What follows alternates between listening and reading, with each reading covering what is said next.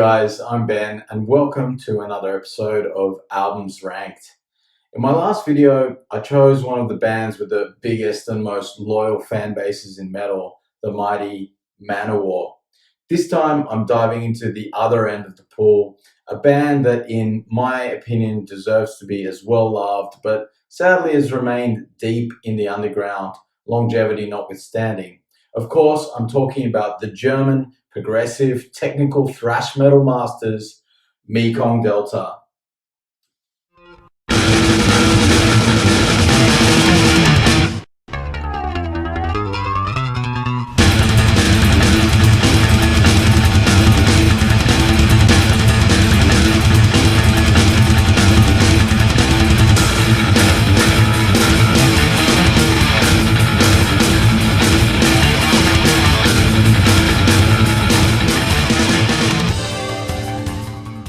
So Mekong Delta formed back in 1985, originally under the name of Zardoz, but then soon changing it to Mekong Delta.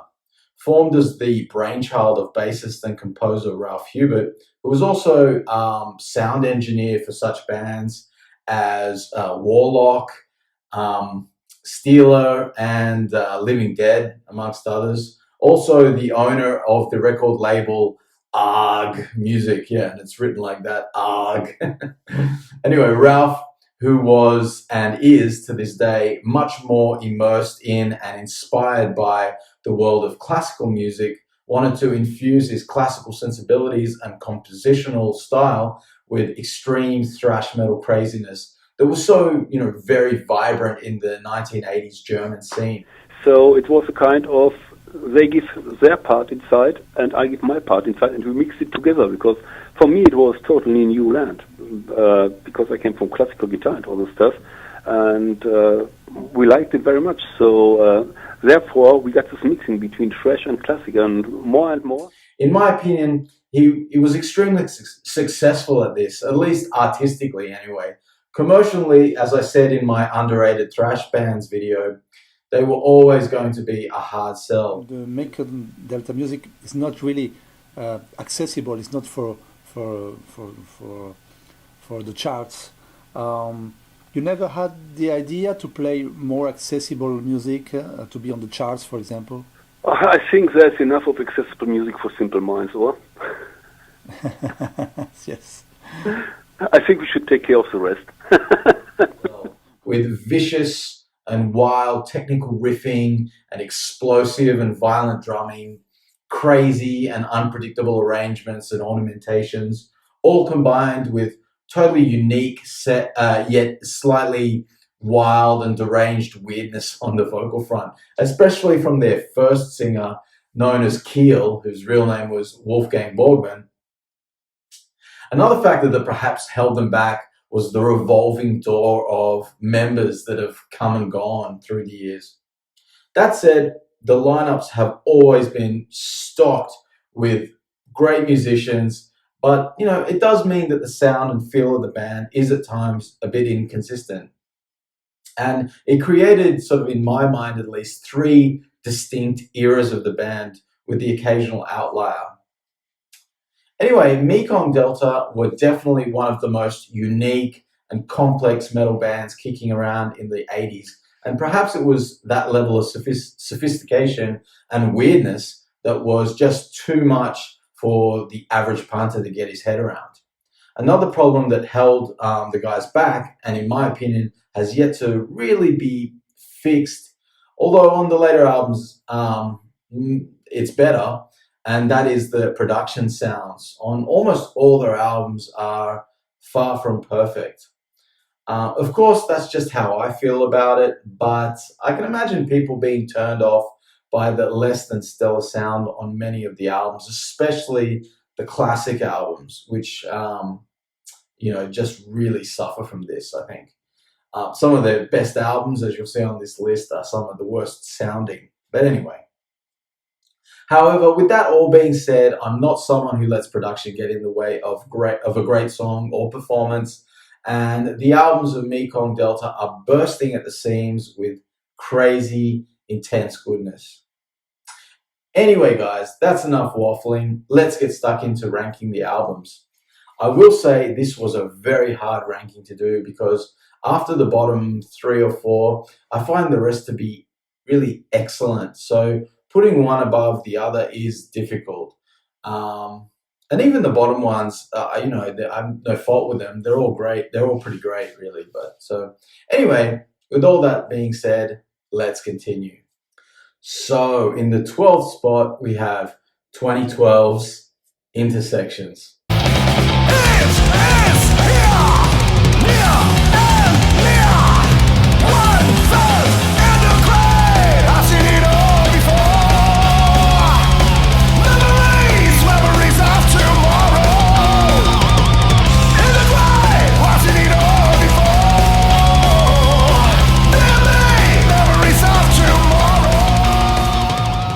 Now, this album is perhaps not something I should or would usually include because it is a compilation album, but the band lists it as an official album, so I've decided to include it here. I really don't have anything bad to say about it, but the album is just the current or the lineup of that time, sort of re-recording some of the band's classic material. Now, it's no hatchet job like Manowar's Battle Hymns remake, and the performances are all good, and the band sounds great, like always. They always sound great. They always play great. But I just feel this album was really totally unnecessary. If I want to hear those songs, I'm always going to reach for the originals. This was a bit of a common thing that they often did on the albums was to redo older songs, and I never really liked that. There's just no need. I don't know why they did that. Certainly not a bad album, but just a bit pointless, and so that's why it's my least favorite.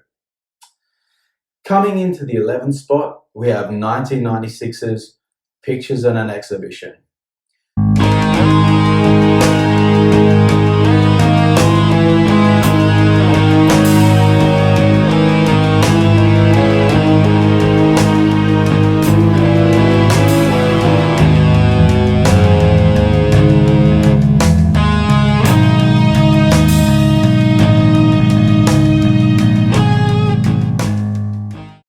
This album contained the title piece by classical composer Modest Mussorgsky. I think that's how you pronounce the name, I could be wrong. Anyway, arranged for the band. On the first half of the album, the band plays the piece alone, and then it's played through again on the second half with orchestral additions. The whole thing is also instrumental as well, with the singer Doug Lee not credited having any involvement. Personally, if I'm in the mode to hear a classical piece played with electric instruments, then I do find this album fairly enjoyable, and there was clearly a lot of work put into it. But it's also very far removed from the metal band Mekong Delta that I really love. And actually, when I want to hear classical music, I'll usually just listen to some. It can be a nice novelty when rock and metal bands do it. And I know it's a big part of what these guys do, but here I feel it just falls a little flat for me. However, if you love the more avant-garde end of the classical spectrum, then definitely give this one a go.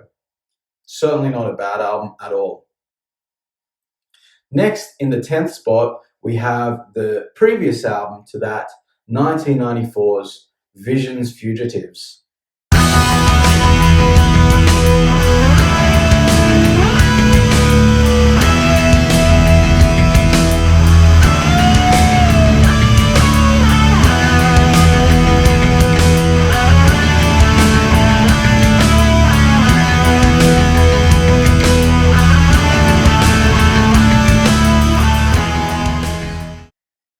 From here on, I really dig all these albums quite a bit. Visions was the last proper album with American singer Doug Lee, and also contains an album-dominating six-part piece in the classical style. And while I do enjoy it, my favorite tracks, though, are those tracks on either side of it. Them and Imagination at the beginning of the album, and The Healer and Days of Sorrow at the end. All the ingredients that had marked the band's sound in the Doug Lee period of the band are here and in fine form, although to my ear, not quite as good as the preceding albums. A good album that probably gets a bit lost in the stack, but it shouldn't. Definitely a wild ride and with plenty of killer material. Next, in the ninth spot, we have 2020's Tales of Future Past.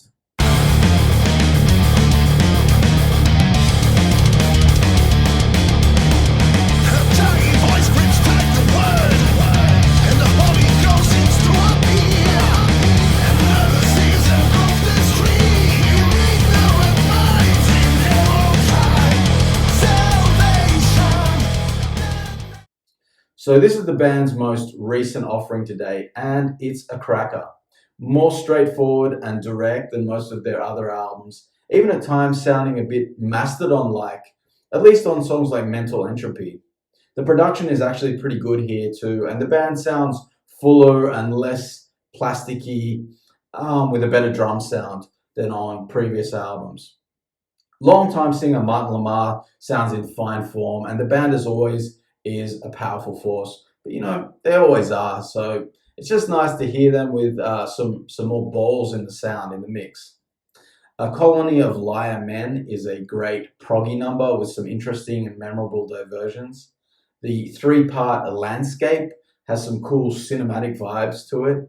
Mind Eater is a sick hard hitter, and the Hollow Men is too.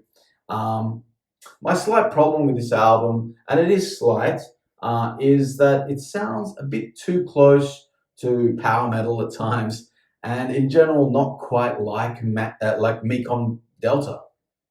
When I'm looking for that Mekong Delta sound, then I don't usually go to this one. However, as a standalone piece of art, I think there is a lot to like here, and it's definitely a strong album with only a few weak spots. I'm just glad that they're still, releasing high quality stuff this deep into their career. So I had trouble deciding the next two because they are pretty much equal. But for today's purposes, I'm putting into the eighth spot 2014's In a Mirror Darkly.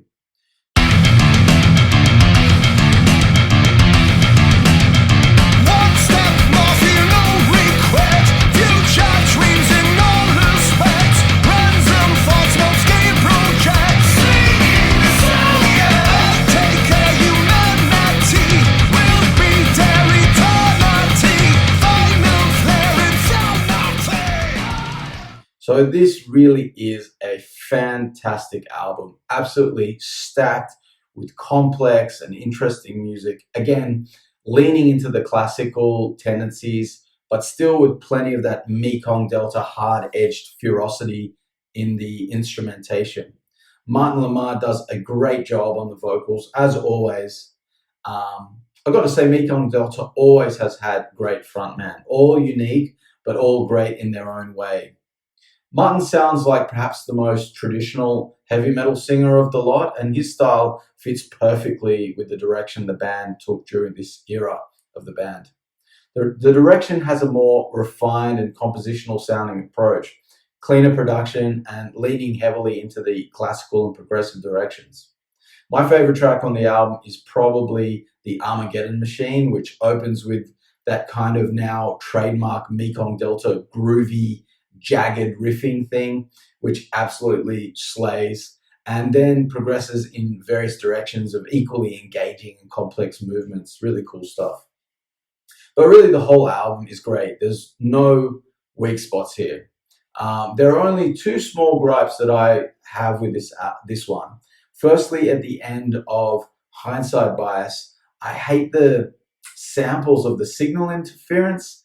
It just stresses me out. I hate that sound, It's a sound that when the phone signal is coming, when you're, playing with your amp switched on and you get that phone signal, I fucking hate that.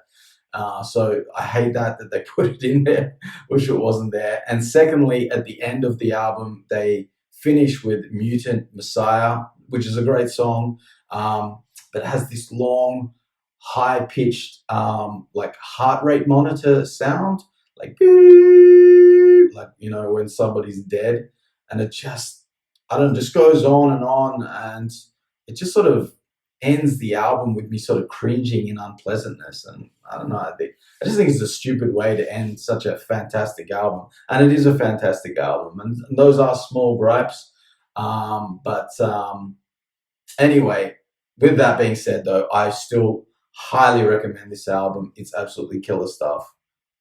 So up next in the seventh spot, and man, it was hard to put this above In a Mirror Darkly, but I think it just edges it out, at least for today anyway, and that's 2010's Wanderer on the Edge of Time.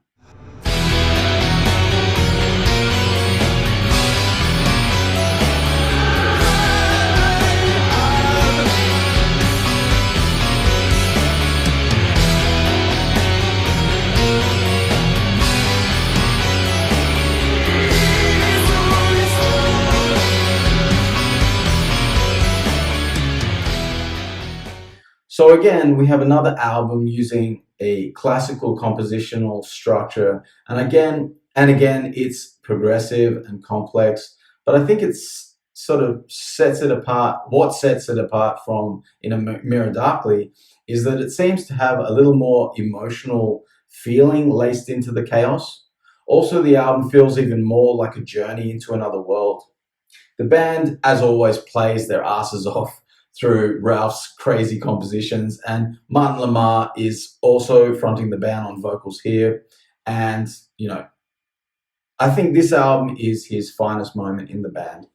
He loads every song up with passion and feeling, and it brings an extra dimension that at times isn't usually a feature of the band. It's really hard to pick a favorite song because I really love the whole album. Perhaps The Fifth Element, with its cool riffs and exciting guitar solos from guitarists Eric Adam Grosch and Benedikt Zimniak, who are both on fire throughout. They released a video for the song King Without a Crown, which is also a great song too. When I think of Mekong Delta, I almost see them as three different bands, as I sort of alluded to before. You've got the Wolfgang Borgman era, the Doug Lee era, and the Martin Lamar era. And strangely enough, when Leo Spiegel was singing, it felt much closer to the Borgman era. So that album feels like it belongs in that era. While I love all the eras of the band, and the Martin Lamar albums are all great, for me, the Doug Lee and Wolfgang eras are the ones that mean the most to me, and that I've spent the most time with. So that's why they will rank higher. But I have to stress that the Lamar albums are fantastic too, and I love this modern version of the band as well.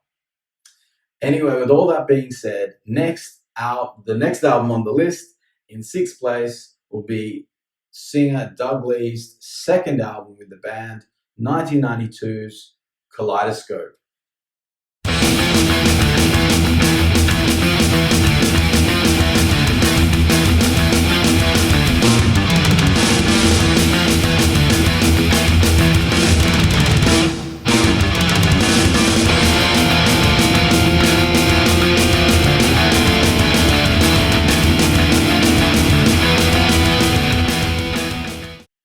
I feel like this is really an overlooked gem.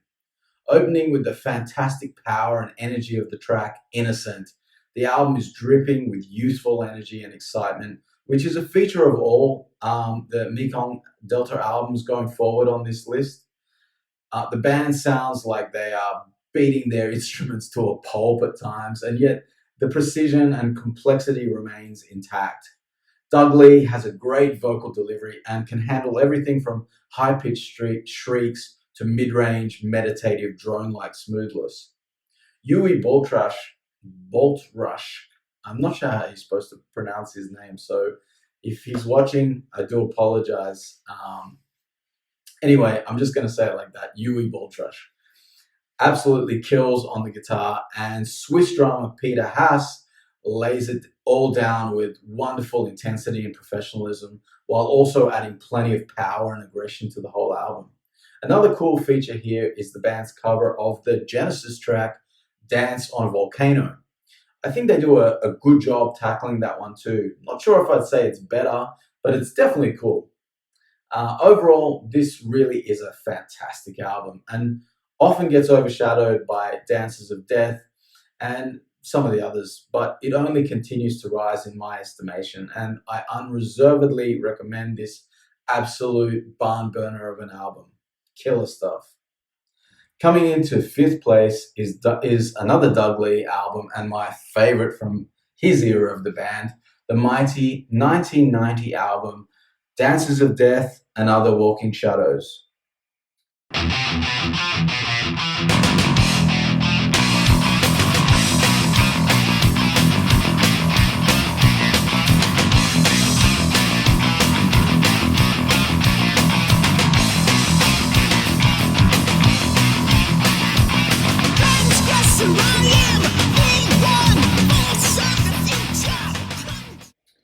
So this album was a transitional album for the band.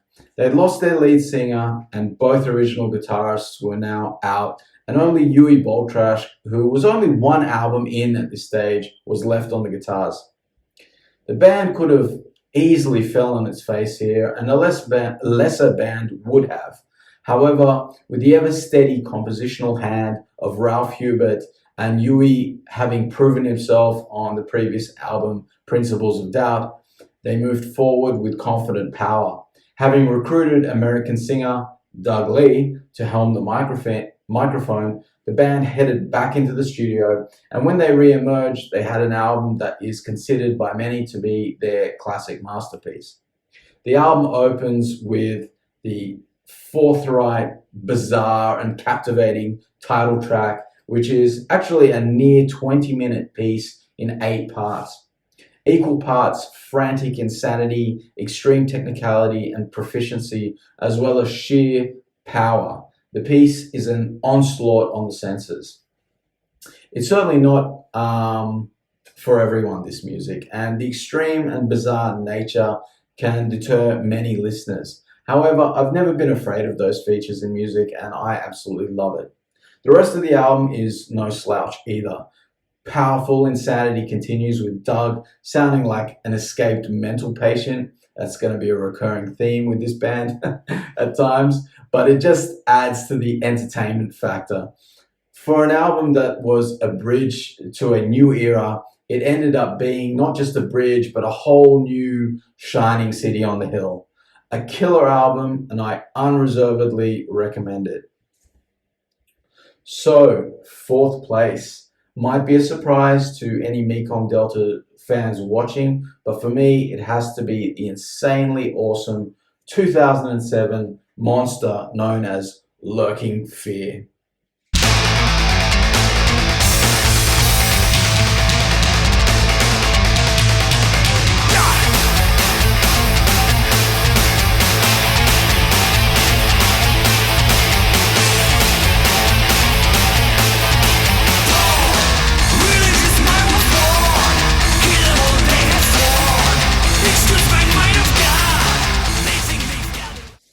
So this again was a time of lineup flux for the band, and it seemed as though they might be dead in the water.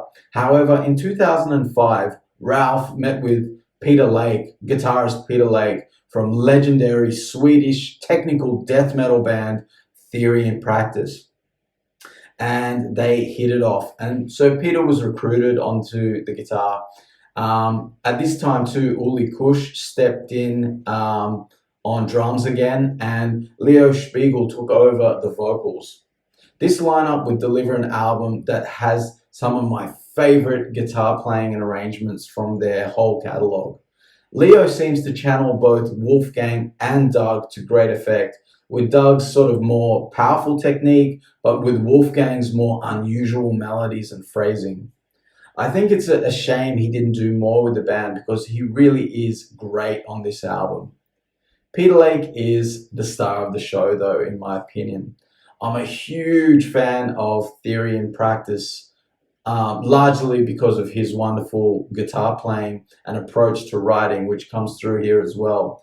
The guy is an absolute beast, and Theory and Practice is an awesome band. So if you haven't heard them, go check them out if you like technical death metal with plenty of melody. I can't pick favorites because to my ears it's a perfect album, stacked from top to bottom with all killer and no filler. Highly, highly recommended. So now we enter the era of the band that is easily my favorite. And while I love all the eras of the band, it's this incarnation of Mekong Delta that is the one that I'm most drawn to. Anyone familiar with the band knows which 3 albums are left, but in which order? Let's see. In third place, we have 1989's The Principle of Doubt.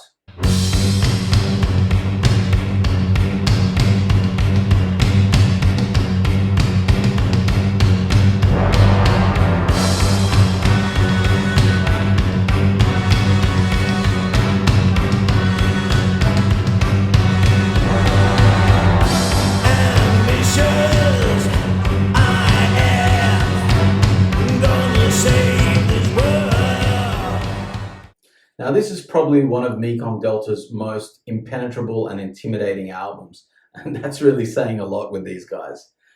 This definitely wouldn't be what I would recommend as a place to start. Rather, this is an album for the diehards like me. The songs are complex, atonal, dissonant, and downright bizarre. There are very few melodies to speak of, and the craziness is really ramped up to full power. Yet for me, there was something magic about this era of the band.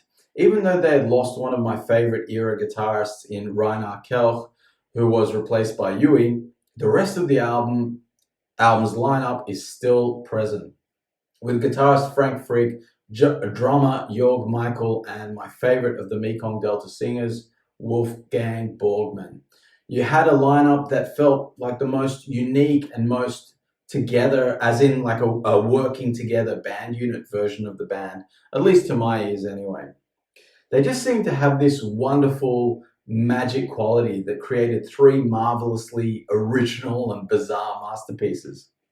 On this album, the band, while still retaining the sonic elements from the previous albums, here created a more moody and perhaps even more disturbed atmosphere.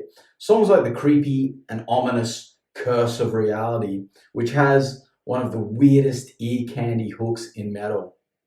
The strained pleading of The Jester is another brooding yet powerful track, probably one of the most melodic tracks too, which is kind of strange. But my favorite is probably the album opener, which comes closer to their previous album, and that's the complex mastery of A Question of Trust. It just captures the controlled chaos that makes this band so cool perfectly. Anyway, I might listen to some of the earlier albums on this list more often. However, when I'm in the mood for pure insanity, but with an uncomfortable, moody eeriness, then this is really hard to beat.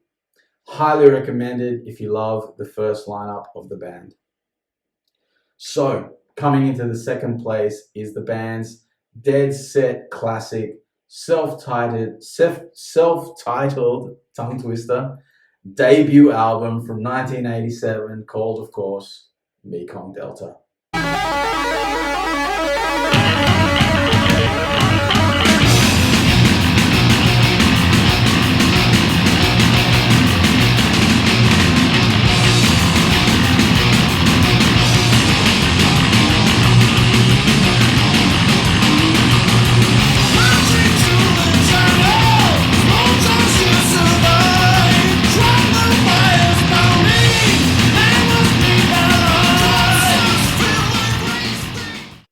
So this is one of my favorite thrash debuts of all time. It's a perfect masterpiece from top to bottom. Even the production is much better than the next few albums.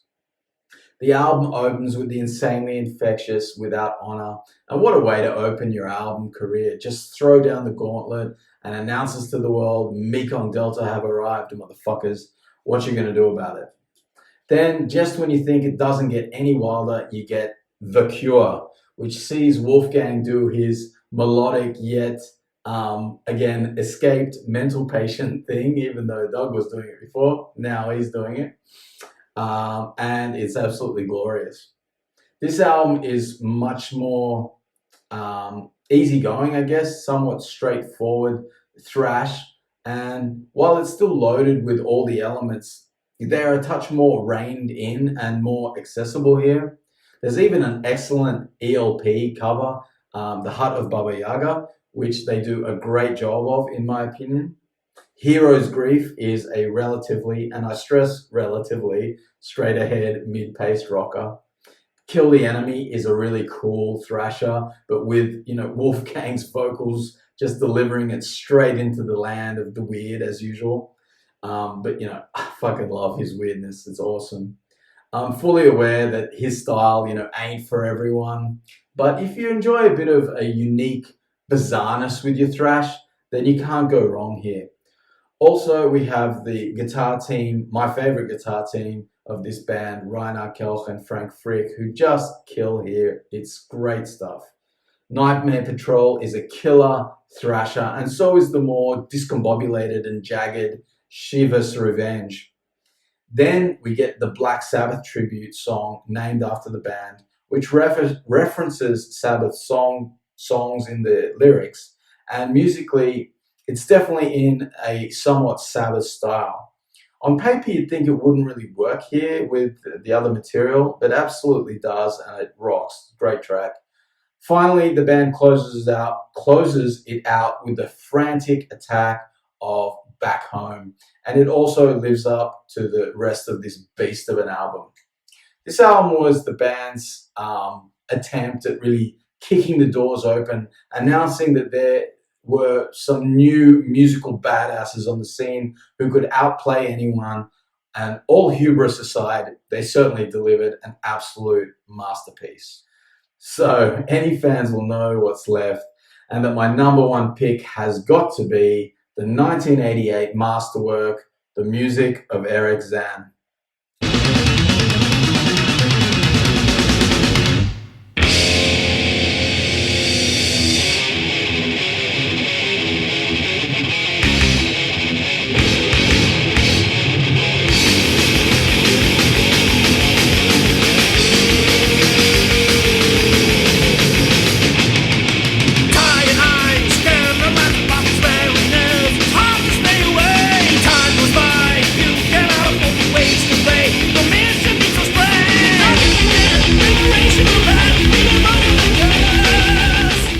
From the moment the album opens with Age of Agony, it's clear that the band had taken what they'd done on the debut and just launched it into the stratosphere. Everything is pushed to the extreme here, and for me, this is the band's finest hour, forging a bond between the ferocity of thrash, the extreme weirdness they've always cultivated, their classical leanings that would sort of be developed later, with a healthy and generous dose of insane and weird melodies, which are strangely catchy, especially after many listens here on this album.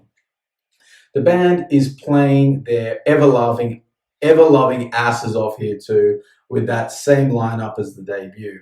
Wolfgang, while sounding mostly like a normal, if not slightly weird human on the debut, goes into full-blown alien dementedness on this album, and the music perfectly fits with the lyrical themes. Ralf Hubert is a big H.P. Lovecraft fan, and so this album is based on that author's writings of the same name. Every song has its own awesome flavor, and I love the whole album unreservedly.